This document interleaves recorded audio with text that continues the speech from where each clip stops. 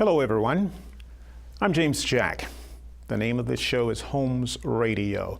I'm a real estate professional, and first of all, let me let you know that I'm not here to try to win you over with sales talk or a solicitation for your business or any of that.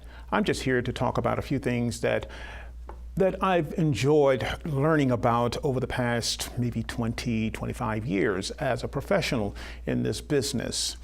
I'm in the business of helping people to buy homes, to sell homes, to lease property that they have, and now I'm even thinking about what it's like to build a home or to renovate one from the ground up, but we'll talk about that later on. What we've been talking about in some of the past sessions is turbulence. A few years ago, I was introduced to the concept of there might be about 88 turbulences. You know what turbulence is, don't you? Yeah, we're all pilots, aren't we? Pilots of the airways of our lives. And every once in a while, we encounter downdrafts and things like that, and we sort of think that we're going off course or that we probably might be heading southward, but not necessarily so. It's just sort of making adjustments to stay on track with where we're going and arriving safely and feeling very comfortable about the journey that we just took. I don't particularly like the word turbulence, even though in a physical sense I understand it very well. But in talking to someone who is going to buy a home or is going to sell a home, turbulence to me is not a very good term. So I swapped out the term turbulence for situational awareness. And I stopped telling people that there are approximately 88. I said there are many of them. There could be 88, there could be 1,000, but let's sort of deal with the ones that are more apparent to you when you encounter them or when you foresee that this could possibly happen. So instead of turbulences, we'll call them situational awarenesses again in this session as we did in previous sessions. I've lost count how many I've done now, maybe 5 or 6, and with maybe about 4 or 5 more to go. Today though, we're going to talk about the sales consultant, me. When I sit with you the first time at your dinner table or at Starbucks or whatever the case may be, and we talk about what you want to do. And riding along yesterday, I thought about it, in terms of, well, what are we going to talk about? I already have some notes, but I don't generally like to do things in a very scripted manner. I like to shoot from the hip. You understand? And in doing so, it to me makes it more personable, and that's what it's really all about. Connecting with you, the person, as any salesperson who is trying to get you through that phase of how do I acquire with the least amount of problems. So yesterday I was riding along and I said, wow, look at there. Look at that beautiful, beautiful cloud scenery up there. And it was about to rain. It wasn't raining in my area, but I knew that it was going to rain because I pay particular attention to the weather almost 24/7. I dream about weather. But I stopped and I looked at the cloud formation, and there were clouds to this way, and I should say to my west, and clouds to my east. And you couldn't see the sun because the sun was far away in the west, somewhere in California or somewhere like that. And but the image was this: the sun was shining on the white clouds, and the dark clouds were framing the white clouds. It was beautiful. It was euphoric. It was heavenly, and I enjoyed it. But I understood exactly what was going on because 30, 40, 50,000 feet up there, all kinds of things are happening. But nature has a way of taking care of these things and making it a lot easier for us to see the beauty in it. And that's what I like to see when someone says, I understand what you mean when you're talking as a sales consultant to me about some of the things that I will encounter. Some of the things that I encountered growing up was being in a family of mostly boys and one sister. We dared our mother at everything, and she took a pretty good stand most of the time. She was left-handed, so we couldn't see the backhand coming because we would anticipate the right hand, but the left hand would get us if we got out of what's the word for it? If we didn't do what we were supposed to, if we were misbehaving. One of the things that I really liked was when the storms came. And in an area like Memphis, Tennessee, we were not as subject to tornadoes as the people in Texas and Oklahoma and Arkansas and the northern parts of Mississippi, but we got our share of turbulent winds and thunder and lightning, and I loved it, and my mother hated it. She hated it. It struck fear in her that we as brothers sort of enjoyed to see, because the first thing she would say is, turn off all the electricity, everything is turned off. Yes, she thought that if anything was conducting electricity in the house or using it, it would act as a lightning rod. You couldn't explain it to her. Then we would sit in the dark, and she wanted us to pray while we were sitting in the dark. I was always confused about that because I always thought that all of this was, part of the plan. So I just mimicked it. And a couple of times she gave me the left hand for doing such a thing. One of the reasons why she had such a fear of turbulences like this was because in growing up on a plantation in Mississippi, where the last vestiges of slavery were working their way out, she and her family were subject to working from in the morning till late at night, regardless of what the weather was. And they dare not leave the fields picking cotton or chopping cotton, even if it began raining. It had to be pouring down, and lightning had to be just all over the skies, like sitting in the theater and seeing a horror movie. And that's exactly what she felt the horror of. I didn't.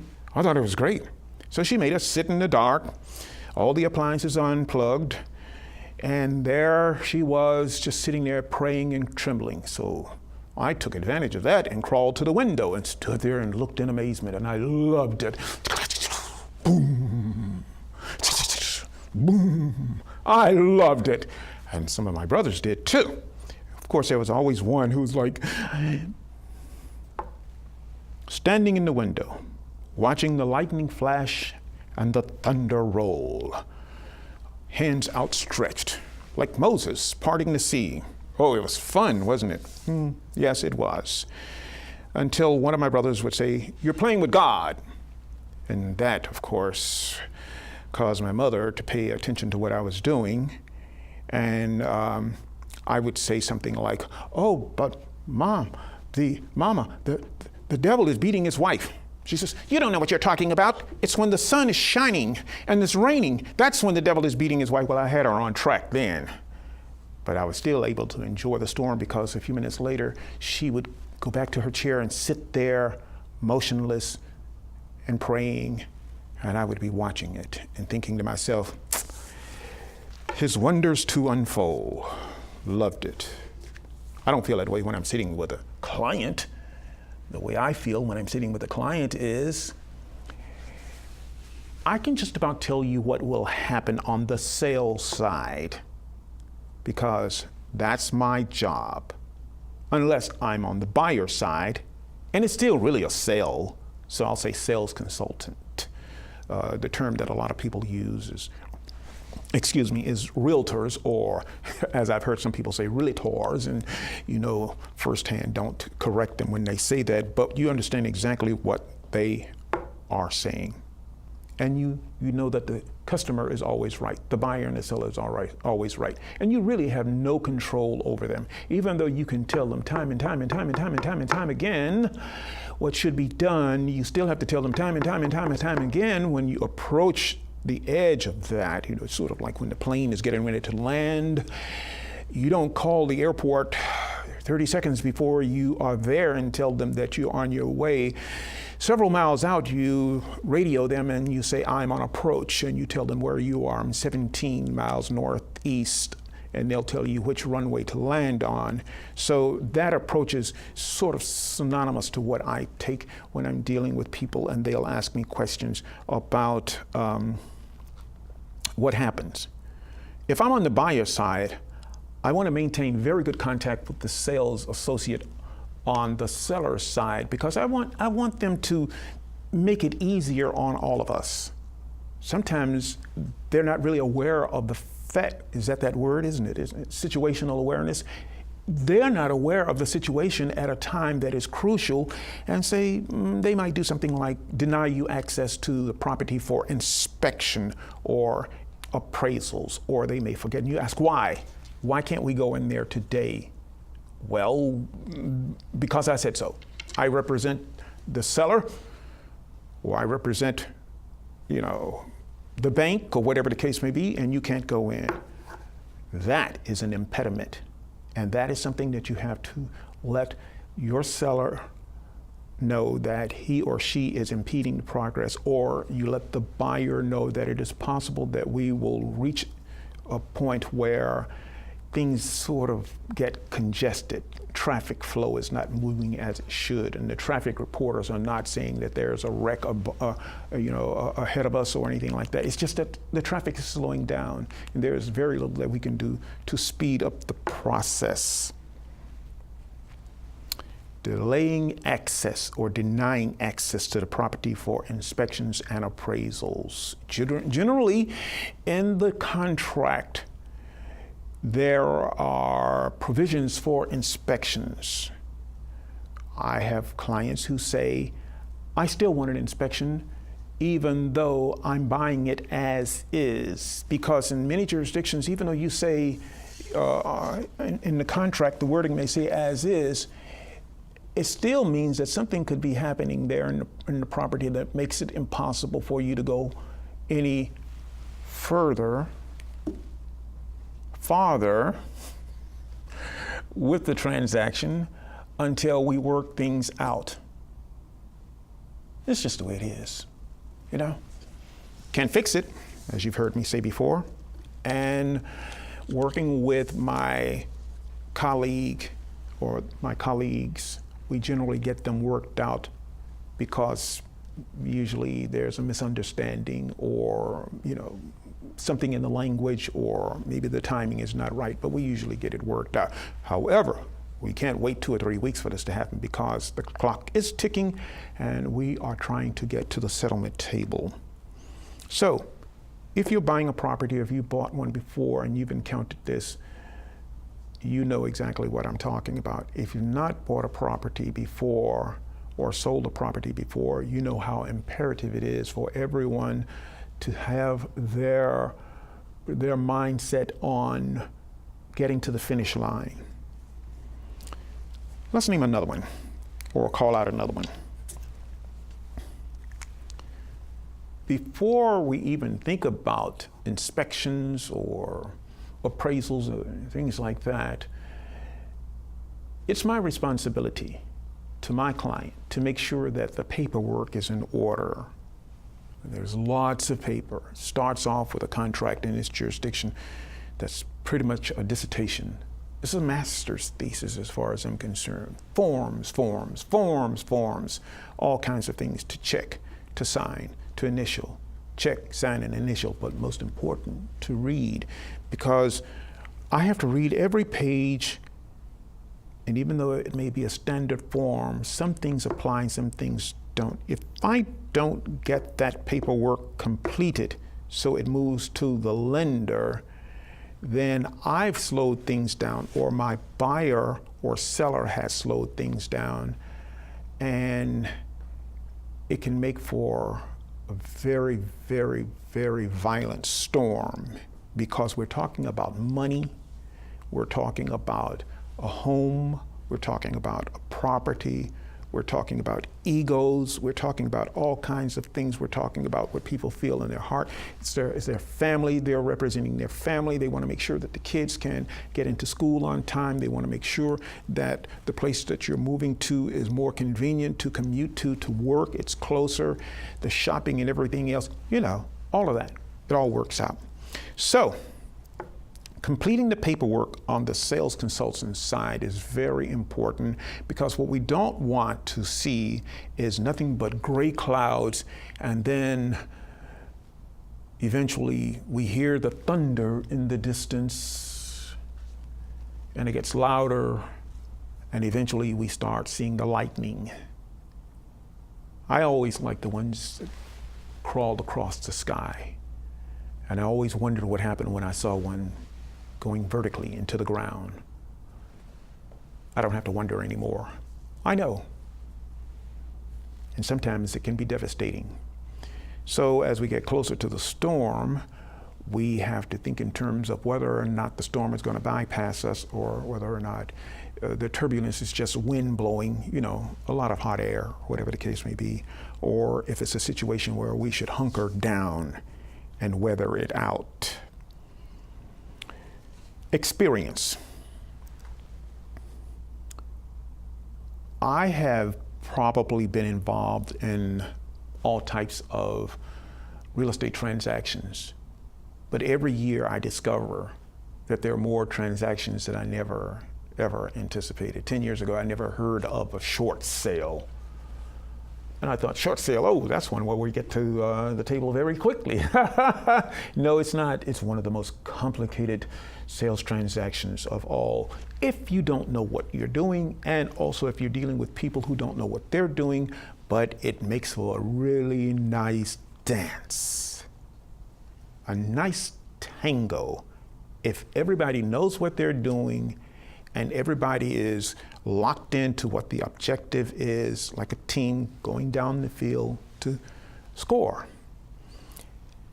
Inexperience means, in my book, that either you have shied away as a sales professional in terms of dealing with certain types of transactions, or you don't understand it yourself and there's nobody in your office, or you're just a little afraid to go to your sales manager and say, can you explain how this works? Chances are the sales manager knows. But people have their pride. And as we all know, pride goeth. And then the fall. But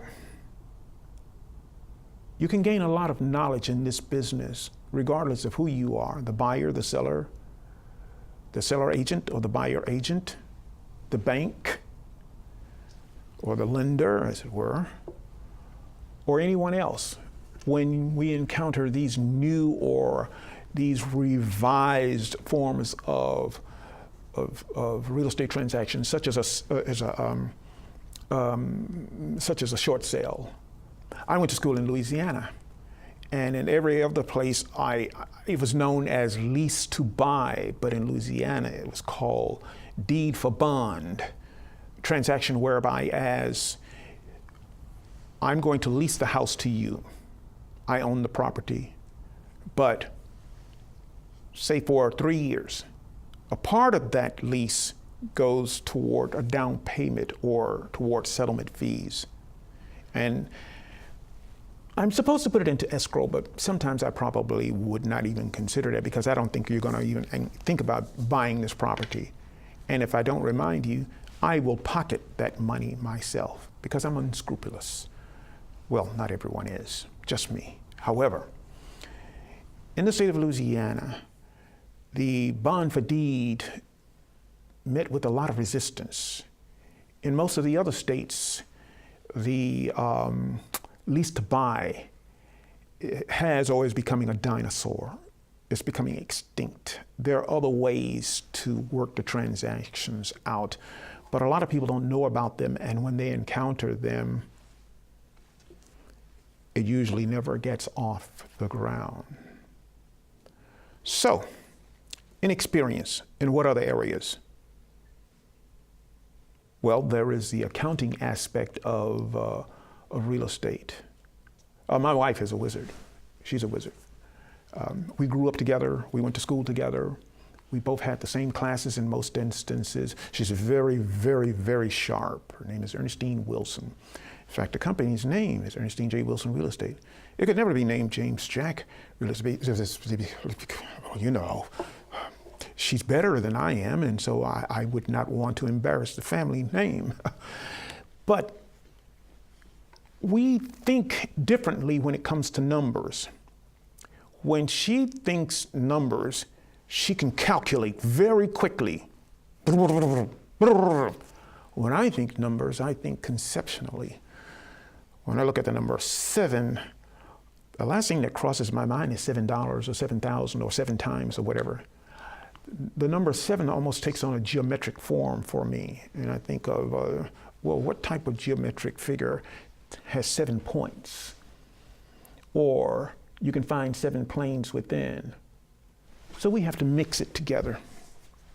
So I rely on her to do the calculations, which she can, in many instances, very quickly. Percentages, down payments, escrow amounts, things like that. We encounter a lot of people who don't have that kind of experience, and we have to double check their figures, as I know many of them double check our figures, and I definitely know that she checks my figures, because even though I was fairly good at calculus, basic math can escape me sometimes. 8 times 6, 9 times 3, it doesn't come to me. 9 times 3, and the first thing I'm thinking about is the concept of 9, and how many times 3 goes into it, and how many times, no matter what number you're thinking about, 9 is somewhat of a derivative of that number.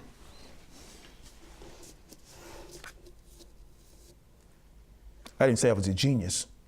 I just said that sometimes my lack of experience as far as the numbers on the contract or in the loan amounts and things like that don't add up as quickly as it does for her.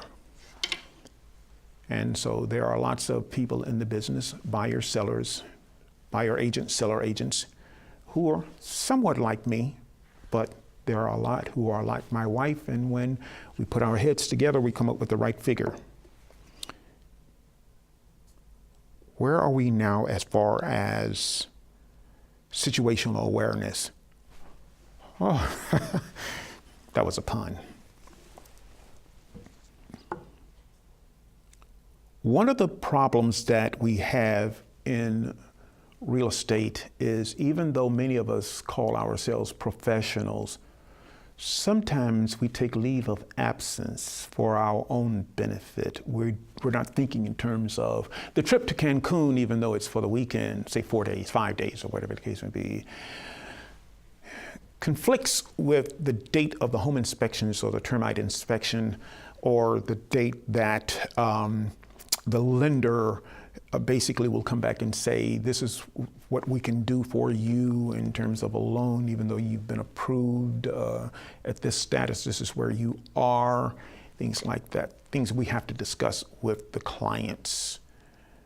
So if you're in Cancun, or if you're in Istanbul or wherever, and you cannot communicate with us, what you have done is you've actually stopped the flow. You've dammed the waters. And even though it may have been an honest mistake, it definitely is a case of lack of preparation, planning, insight, things like that. It's not necessarily a selfish motive, but if I do it and I'm there lying on the beach and it occurs to me, you know, I'm getting a funny feeling, a little rumble right in the ear.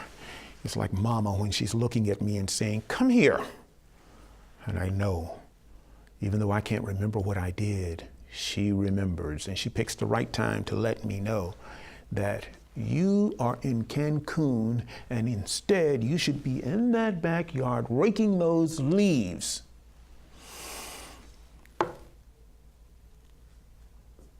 Next, misleading other parties to the transactions. In the law, misleading is akin to misrepresentation, and misrepresentation is akin to fraud. If you're very, very, very, very, very, very rich, your lawyer who you pay a lot of money can get you off. But if you're like me, you're going to drop your head and throw yourself on the mercy of the court and say, I made a mistake. And the judge is going to say, or the arbitrator is going to say in mediation, well, make no mistake about this, you're going to pay this amount, or you're going to be sanctioned, or this is going to happen and this is going to happen. So as a professional, I have to always be on guard that I don't say something that is misleading. In the business, we used to tell people, that looks like termites there. And they would say, oh, how do you know? Well, I've been on a lot of inspections and I've seen termites. I have a pretty good idea as to what a termite does and what it is and things like that. I'm puffing, I'm bolstering, but I'm not the expert. Now the authorities or the people in charge can go deep into my pockets and say, you have no business misrepresenting yourself or hanging out your shingle as a professional in this business other than what you do. You're not an electrician, you're not a structural engineer, you're not an accountant. Even though you may be an accountant, in this instance, the laws of agency say you represent them as a real estate professional and nothing else. So what do you do if you are a buyer or a seller? Then you get professional help from someone, because I'm going to tell you, you need to call a lawyer and ask a lawyer, what does he or she think about this? One more? Why not? One of the worst things that a salesperson can do in any business is to not have sufficient information about their clients in terms of what they want, what they need, and what you should do to bridge the gap and make the sale a very happy event. It's a waste of time. The property sits on the market because you don't know, when instead, you should just take your pride and put it in your back pocket and say, here's someone who can do it for you. That's the way it goes. Now, how many of these have we done as far as situational awareness? At last count, I think I've done about 5 or 6. How many more have I got to go? Maybe about 3 or 4. How many are there? 88 turbulences? What can I say? I'm James Jack, and I've enjoyed this time with you, and I'll be back. Have a good one.